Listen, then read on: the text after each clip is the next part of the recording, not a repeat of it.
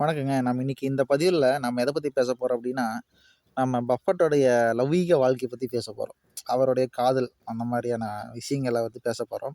இப்ப நம்ம பஃபட் வந்து ஒரு ஐபிஎம்லயோ இல்ல ஒரு மிகப்பெரிய ஒரு நிறுவனத்தில் இருக்கக்கூடிய முதலாளியையோ, இல்ல மேனேஜரையோ, இல்ல சிஇஓவையோ பார்த்து பேசுறோம்னா, அவரு கத்திப்பிடி போய் தைரியமா பேசிட்டு வந்துருவாரு.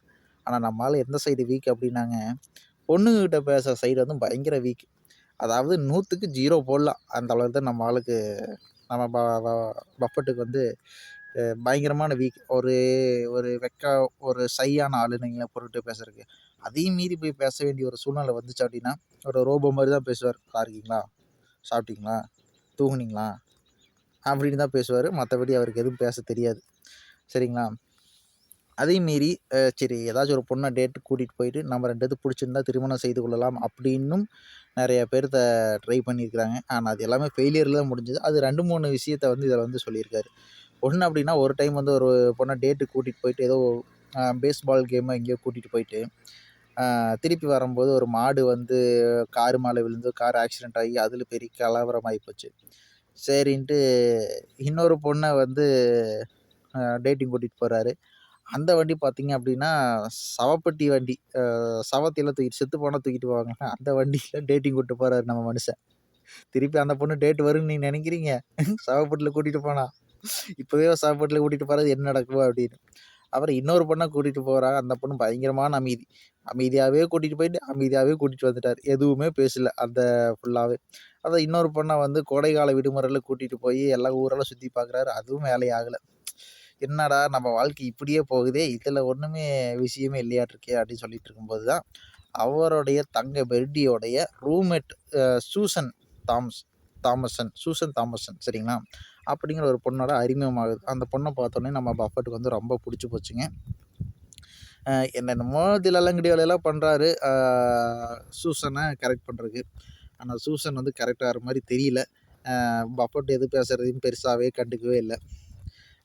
என்ன நல்லா உள்ள ஆராய்ச்சி பண்ணி பார்க்கும்போது, சூசன் வந்து வேற ஒருத்தர வந்து லவ் பண்ணிட்டு இருக்கிறதா விஷயம் தெரிஞ்சதுனால, பஃபட் ரொம்ப டென்ஷன் ஆயிட்டு, ஆ என்ன பண்ணலான்னு யோசிக்கும்போது, இப்ப நம்ம ஊர்லலாம் பார்த்தீங்கன்னா, மிஸ் தமிழ்நாடு, மிஸ் கேரளா, ஆ மிஸ் ஆந்திரா அந்த மாரி எல்லாம் பட்டம் குடுப்பாங்கல்ல. அது மாரி அந்த ஊர்ல மிஸ் நெபசலா அப்படின்னு ஒரு இடம். பேர் எனக்கு சரியா வாயில நுழையலைங்க. சரிங்களா? அந்த பொண்ண கரெக்ட் பண்ணலாம் அப்படின்னு சொல்லிட்டு, அந்த பொண்ணுக்கு ஃபோன் பண்ணி டேட்டிங் கூப்புடுறாரு.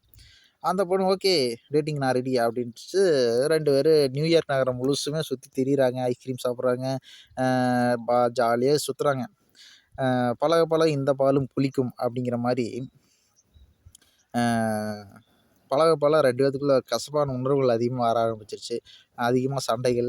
ஏதாச்சும் ஒரு பிரச்சனை வந்துச்சு அப்டின்னா, உடனே அந்த பொண்ணு நடு ரோடு கூட பார்க்காம கண்டபடிக்கு கத்த ஆரம்பிச்சுருச்சாமா. அதனால பஃபேட்க்கு வந்து பயங்கரமா கோவம் வந்து ஒரு ஆள குப்பை தொட்டிக்குள்ள தூக்கி வீசிட்டு வர வேண்டிய சூழ்நிலை வந்துருச்சு. அப்டின்ட்டு அதுவும் ஃபெயிலியர்ல போய் முடியுது. அதுக்கப்புறம் திருப்பியும் நம்ம ஊருக்கே வராரு. திருப்பியும் வந்து சூசனையும், தாமஸையும் பார்க்குறாரு. பார்த்தாலும் சரி இந்த பொண்ண கரெக்ட் பண்ணலாம் அப்படின்னு முடிவு பண்ணிட்டாரு. என்னதான் இருந்தா அந்த பொண்ணு வேற ஒரு பையன லவ் பண்ணிட்டு இருக்குது. இருந்தாலும் நம்ம ஆளுக்கு பாருங்க எவ்வளோ பெரிய குருட்டு தைரியம்னு. ஆனா இந்த முறை வந்து பிளான வேற மாரி போடுறாரு. எப்படின்னா, டைரக்ட்டா போயி மாமனார கரெக்ட் பண்ணிடுறாரு. அதாவது சூசனுடைய அப்பாவ போய் கரெக்ட் பண்ணிடுறாரு. அவர் அப்பாட்ட போய் பேசுறது, கம்யூனிசத்த பத்தி பேசுறது, அ பொருளாதாரத்த பத்தி பேசுறது, ஷேர் மார்க்கெட்ட பத்தி பேசுறது, ஏன் டவுன் ஆகுது அப்படிங்கிறத பேசுறது. இந்த மாரியெல்லாம் பேசி, பேசி டெய்லி அவங்க வீட்டுக்கு போய் பேசுறது, அந்த மாரிலாம் பேசி, பேசி கொஞ்சம் கொஞ்சமா சூசன் தாமஸுக்குள்ள ஒரு நம்பிக்கைய பெறாரு. சரிங்களா? அப்படி நம்பிக்கைய பெற்றதுக்கப்புறம், ஆ சூசன் தாமஸ் அவங்க அப்பாகிட்ட இது மாரி நான் உங்க பொண்ண திருமணம் செய்து கொள்ள விரும்புறேன் அப்படின்னு கேட்குறாரு. அவரு ஓகே சொல்லிடுறாரு. ஏன் அப்படின்னா, ஆ அவங்க அப்பாவுக்கு வந்து அவ பொண்ணு வந்து வேற ஒரு பையன விரும்புறது புடிக்கல. ஏன்னா, அந்த பொண்ணு வந்து ஒரு யூதர விரும்புறனால, அவருக்கு அந்த காலகட்டங்கள்ல யூதர் இருப்பு அந்த மாரியான விஷயங்கள் இருந்ததுனால, அ அது வந்து புடிக்கல. அதனாலேயே வந்து நம்ம பஃபட்டுக்கு கல்யாணம் பண்ணி வைக்கணும் அப்படின்னு அவங்க அப்பா வந்து முடிவு பண்ணிட்டாரு. அப்புறம் கொஞ்ச நாள் ஆக ஆக இது மாரி சூசனையுமே கட் பண்ணிட்டாரு.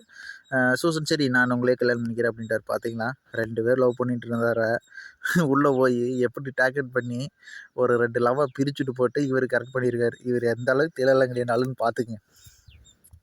அப்புறம் பேசிட்டு 1952 ஏப்ரல் மாசம் வந்து இவங்களோட திருமண தேதி அறிவிக்கிறாங்க. அவன் சூசன் தாமஸ் வந்து இப்ப வந்து சூசன் பஃபட் ஆயிட்டாங்க. அ சூசன் தாமஸனாக இருக்கும்போது அவரோட லவ்வருக்கு வந்து இந்த மாதிரி லெட்டர் எழுதுறாங்க, இது மாதிரி நான் வந்து திருமணம் செய்து கொள்ள போகிறேன், என்னை மறந்துடு, இதெல்லாம் கெட்ட கனவா நினச்சி மறந்துடு, நீ ஒரு நல்ல பொண்ணாக பார்த்து கல்யாணம் பண்ணிக்கோ அப்படின்ட்டு முடிச்சுட்டாங்க. சரி, அது அந்த ஊரில் இதெல்லாம் வந்து சாதாரண விஷயம். ஆனால் நம்மளுக்கெல்லாம் வந்து இதெல்லாம் செட் ஆகாத ஒரு விஷயம். ஓகேங்க. அடுத்த வீடியோவில் பார்க்கலாம்.